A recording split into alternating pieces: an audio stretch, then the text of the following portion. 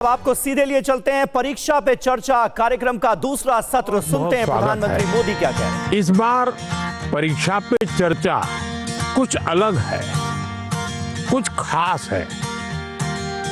बहुत सारे स्टूडेंट्स ने मुझे ये सजेशन भेजा था कि देश के अलग अलग हिस्सों में भी परीक्षा पे चर्चा होनी चाहिए। तो इस बार मैंने देश के अलग अलग हिस्सों में भी स्टूडेंट के साथ बैठ करके परीक्षा पे चर्चा की।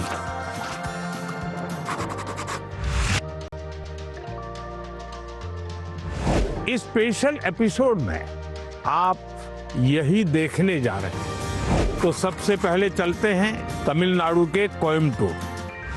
तमिलनाडु के स्टूडेंट्स की एनर्जी, उनकी क्यूरियोसिटी ने मुझे बहुत प्रभावित किया। आइए देखते हैं। बड़ा कम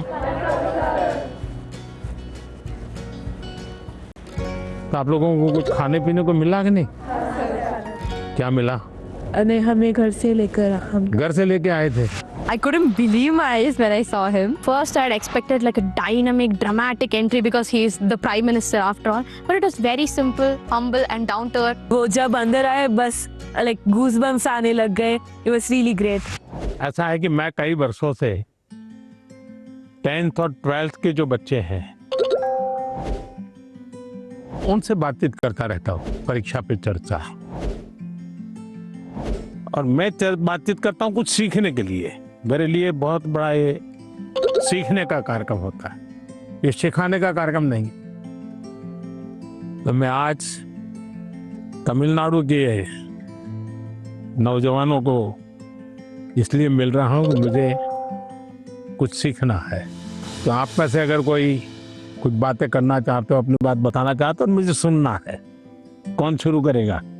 छवि जैन है मेरा नाम। मुझे स्टार्टअप करना है, तो मुझे किन किन विषय की जानकारी चाहिए और एजुकेशनल लेवल पे मुझे क्या करना होगा जिससे मुझे स्टार्टअप के लिए मदद मिल सके। आपकी बात एकदम सही है। मैं भी आजकल जब भी किसी नौजवान से मिलता हूँ तो तुरंत कहते हैं स्टार्टअप। पहले आपका ध्यान इस बात पे होना चाहिए कि आप क्या करना चाहते हैं। कुछ स्टार्टअप ऐसे हैं जो सिर्फ टेक्नोलॉजी में इनोवेशन करना चाहते हैं। किसी को लगता है मैं ड्रोन बनाऊं, किसी को लगता है कि मैं घर में बिजली की व्यवस्था ऐसी खड़ी कर दूं। अपने किसी 4 दोस्तों को देख जानती होगी जो टेक्नोलॉजी में एक्सपर्ट हैं। एक आध दोस्त है फाइनेंस में एक्सपर्ट है। चलो 4 लोगों की टोली बना दे, साइड में अपन स्टार्टअप शुरू करते हैं। जरूर नहीं कोई स्टार्टअप के लिए कोई 25 साल की उम्र चाहिए, आप कभी भी शुरू कर सकते हैं। छोटे छोटे स्टार्टअप से भी काम शुरू हो सकता है। तो मैं समझता हूँ कि अगर आपकी रुचि है तो बहुत अच्छी बात है। कुछ स्टार्टअप चलाते हैं, तुमको मिलने जाओ और एक प्रोजेक्ट रिपोर्ट बनाओगे। उनको बताना चाहिए मैं तो स्कूल से हूँ, मैं स्कूल का प्रोजेक्ट बना रहा हूँ। तो वो छुपाएगा नहीं, आपसे बताएगा। तो धीरे धीरे आपको ज्ञान भी मिलेगा कैसे कर सकते हैं। सर, हमेशा मुझे ये डर रहता है कि कहीं मैं पढ़ाई में ज़्यादा फोकस करूँ तो मैं अपनी पैशन खो दूँ। अगर मैं अपने पैशन पे ज़्यादा फोकस करूँ तो मेरी पढ़ाई छूट जाएगी। दोनों के बीच में बैलेंस कैसे लाऊं? देखिए, पहली बात है कि 2 अलग चीजें ऐसा आप मानते क्यों हैं? दोनों उपयोगी हैं। जैसे मान लीजिए आपको आर्ट का शौक है? और आपने साइंस का कोई विषय पढ़ा और उसमें कोई लैब की चर्चा है और कुछ केमिकल मिलाने की चर्चा है। तो आप ऐसा कीजिए, कागज लीजिए, लैब बनाए, कागज पे पेंटिंग कर लैब बनाए। फिर जो केमिकल पढ़ने के थे हर बोतल में केमिकल का नाम लिखे। फिर आप पढ़ने में आया था कि भाई इस केमिकल को मिलाने से ऐसा कलर बनता है, तो एक दूसरा चित्र बनाइए उस पॉट के अंदर वो कलर। तो आपको चित्र का काम भी हो गया और आपको वो लेसन भी याद हो गया। यानी एक साथ दोनों चीजें बहुत अच्छी तरह से आप कर सकते हैं। आपके थकान को उतरने के लिए भी एक प्रकार से आपके पास जो कला है, क्राफ्ट की जो कुछ भी आपकी सीखने की इच्छा है, वो आपको मदद कर सकती है। डेली या सप्ताह में 2 दिन आधा घंटा इसके लिए दो। समाज जीवन में जिसकी जरूरत है वो शिक्षा तो करनी है, लेकिन जो व्यक्ति के जीवन में उपयोगी है वो आप इसे कर सकती हैं। हमारा देश भी 2047 में डेवलप्ड राष्ट्रों के साथ एक होने वाला है। सो मेरा प्रश्न क्या है कि हम नवयुवक इसे हासिल करने के लिए क्या कर सकते हैं? मुझे अच्छा लगा कि मेरे देश के 10th 12th के बच्चों के मन में भी 2047 विकसित भारत का ड्रीम है। ये मेरे लिए बहुत बड़ी खुशी की बात है ना। आज मुझे अब मजा आएगा। वाह, देखिए ये चीज है ना। अब 2047 में विकसित भारत यानी क्या है? आपने कभी सिंगापुर के विषय में सुना होगा। सिंगापुर एक जमाने में एक मछुआरों का छोटा सा गांव था, उसमें से आज इतना बड़ा बन गया। तो ली कुआन यू कहते थे कि भाई अगर हमको डेवलप कंट्री बनना है तो हमें अपनी आदतें डेवलप कंट्री के लोगों की होती वैसी बनानी पड़ेगी। हमें थर्ड वर्ल्ड कंट्री की तरह कहीं पर भी कूड़ा कचरा फेंक दिया, कहीं पर थूक दिया, ये नहीं चल सकता। सिर्फ कहीं जाना है, भाई यहाँ पर रेड लाइट है, मुझे स्कूटर खड़ा कर देना चाहिए।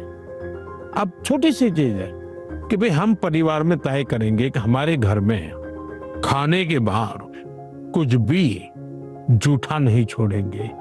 बताइए, सब लोग ऐसा करें तो कितना खाना बचेगा, कितना बड़ा फायदा होगा। तो एक नागरिक के नाते मैं अगर इन चीजों का जीवन में ठीक से पालन करूं तो मतलब कि मैं विकसित भारत के लिए कंट्रीब्यूट कर रहा हूं। अब जैसे वोकल फॉर लोकल, मैं मेरे देश की चीजें खरीदूंगा। मैं भारत में जो चीजें बनी उसको लूंगा। जैसे मैं कहता हूँ मेड इन इंडिया। अब कुछ लोग, पैसे वाले लोगों को लगता है दुबई में जाके शादी करेंगे। वाह, हिंदुस्तान में क्या कमी है भाई? हम सब देश के नागरिक छोटी छोटी चीजों को करें, हम जरूर विकसित भारत बनाने में अपना दायित्व निभा सकते हैं, हम कंट्रीब्यूट कर सकते हैं। I was shocked that, oh my God, a student is actually concerned about this. And he told us that it's the small steps that matter, not the large ones. मेरा आपसे प्रश्न ये है कि कोई भी छात्र या कोई भी मनुष्य अपना जीवन जब व्यतीत करता है तो बहुत सारी चुनौतियों का सामना करता है। जब चीज़ें डिफिकल्ट हो जाती है तभी हमको हमारा जो मोटिवेशन होता है जीवन व्यतीत करने में वो कम होता है। तो ऐसी स्थिति में सफलता प्राप्त करने के लिए हमें मोटिवेशन की जरूरत है या अनुशासन की? दोनों चीजें महत्वपूर्ण है जीवन में। अगर अनुशासन है ही नहीं तो कितना ही इंस्पिरेशन होगा तो वो इंस्पिरेशन क्या काम का आएगा? मान लीजिए एक किसान है, उसको प्रेरणा मिल रही है, बगल वाला किसान बहुत फसल कर रहा है, इंस्पिरेशन है कि यार उसकी तो 1 एकड़ भूमि है, मेरी तो 4 एकड़ भूमि है, वो ज्यादा कमाता है, मैं कम कमाता हूं, तो उसको इंस्पिरेशन तो वहां से मिलता है।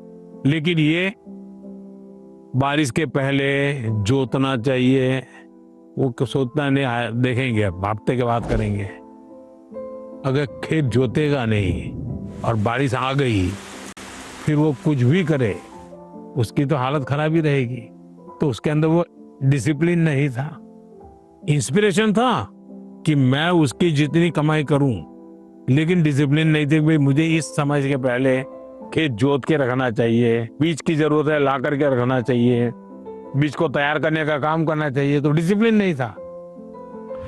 जीवन में डिसिप्लिन बहुत अनिवार्य है। इंस्पिरेशन में सोने में सुहागा का काम करता है। अगर डिसिप्लिन नहीं है, कितना ही इंस्पिरेशन क्यों ना हो, वो फिर बोझ बन जाता है, निराशा पैदा करता है। When I asked my question, it was a question that was stuck with me from so many years. Now, finally, I feel great and honored to get a clarity from a person who I've looked up to. Sir, आजकल के ज़माने में AI का प्रभाव बढ़ते ही जा रहा है।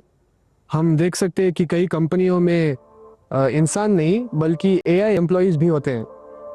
तो मेरा ये सवाल है कि क्या हम AI को डरना है और हम अपने फ्यूचर करियर लेने के समय क्या क्या याद रखना चाहिए?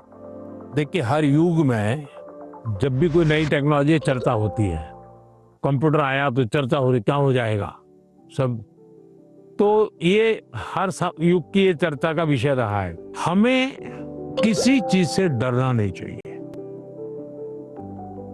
हमारी कोशिश होनी चाहिए, एक, हम उसके गुलाम नहीं बनेंगे।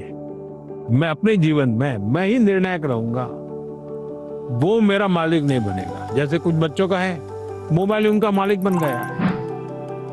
अगर मोबाइल नहीं है तो खाना नहीं खा सकता है, टीवी नहीं है तो जी नहीं सकता है।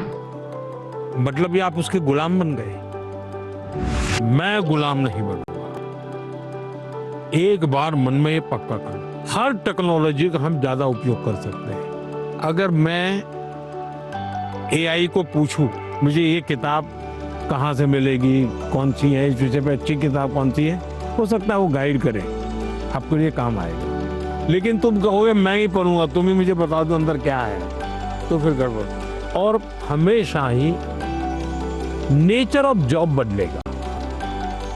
नेचर ऑफ जॉब बदलना है।